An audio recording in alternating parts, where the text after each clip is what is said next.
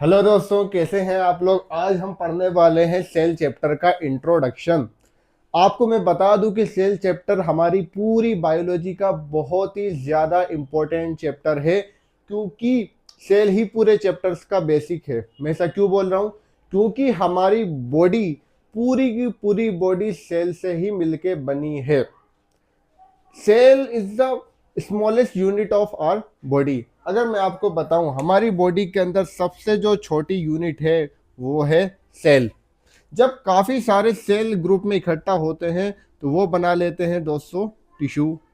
और जब काफी सारे टिश्यू इकट्ठा होते हैं तो वो बना लेते हैं दोस्तों ऑर्गन्स। और जब काफी सारे ऑर्गन्स इकट्ठा होते हैं तो दोस्तों वो बना लेते हैं ऑर्गेनिज्म, यानी कि पूरी की पूरी हमारी बॉडी बन जाती है। तो आप देख रहे हैं कि हमारी बॉडी की जो सबसे ज्यादा छोटी यूनिट है वो क्या है? सेल। हमारी पूरी बॉडी किससे मिलके बनी है? सेल से मिलके बनी है। सेल से छोटा हमारी बॉडी में कुछ भी नहीं है।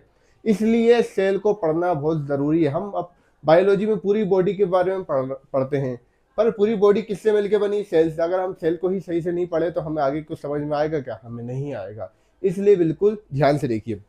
अब देखते हैं सेल की डेफिनेशन क्या होती है। Structural and functional unit of life, ये बच्चा 8 क्लास से रट लेता है, पर इसका मतलब किसी को नहीं पता होता। इस डेफिनेशन का एक्चुअली में मीन्स क्या है, इसका मतलब क्या है, आज हम इसका मतलब देखते हैं। स्ट्रक्चरल क्यों बोला है?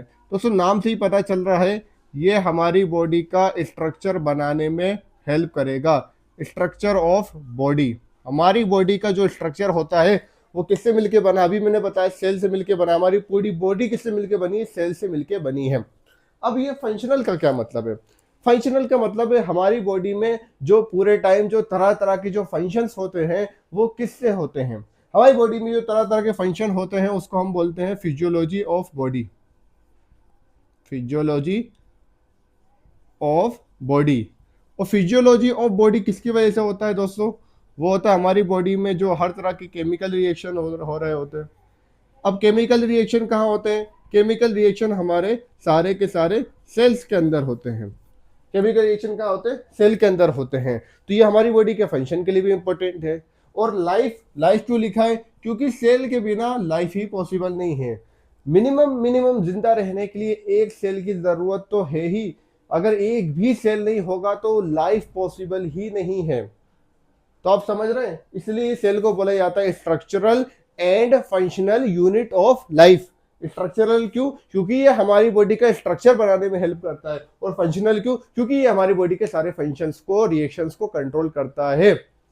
अब मैंने यहाँ पे लिखा है कि सेल के लिए, लाइफ के लिए सेल का होना बहुत जरूरी है। मैंने ऐसा क्यों लिखा? अगर मैं आपको सेल के टाइप बताऊं तो सेल के दो टाइप होते हैं।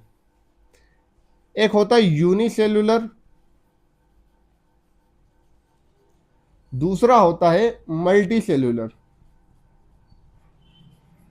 एक होता है यूनिसेल्यूलर और दूसरा होता है मल्टी सेल्यूलर। यूनि मतलब नाम से ही पता चल रहा है एक, मल्टी मतलब आपको नाम से ही पता चल रहा है एक से ज्यादा। जो यूनिसेल्यूलर होते हैं वो सिर्फ एक सेल से मिलकर बने होते हैं, ओनली वन सेल। इसके मैं आपको एग्जाम्पल बताऊं तो इसके एग्जाम्पल होते हैं जैसे कि अमीबा हो गए और बैक्टीरिया हो गया।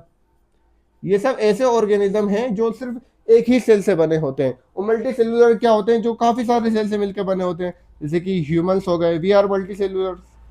सारे एनिमल्स हो गए, सब कैसे दोस्तों? ये सब कैसे मल्टी सेल्यूलर होते हैं। ठीक है, तो आप देखो इनमें सिर्फ एक सेल है इसलिए ये जिंदा है। अगर इनमें एक भी सेल नहीं होती तो ये जिंदा नहीं होते। यानी जिंदा रहने के लिए, लिविंग होने के लिए मिनिमम मिनिमम एक सेल का होना बहुत जरूरी है। अगर एक भी सेल नहीं होगी तो इंसान जिंदा नहीं रहेगा।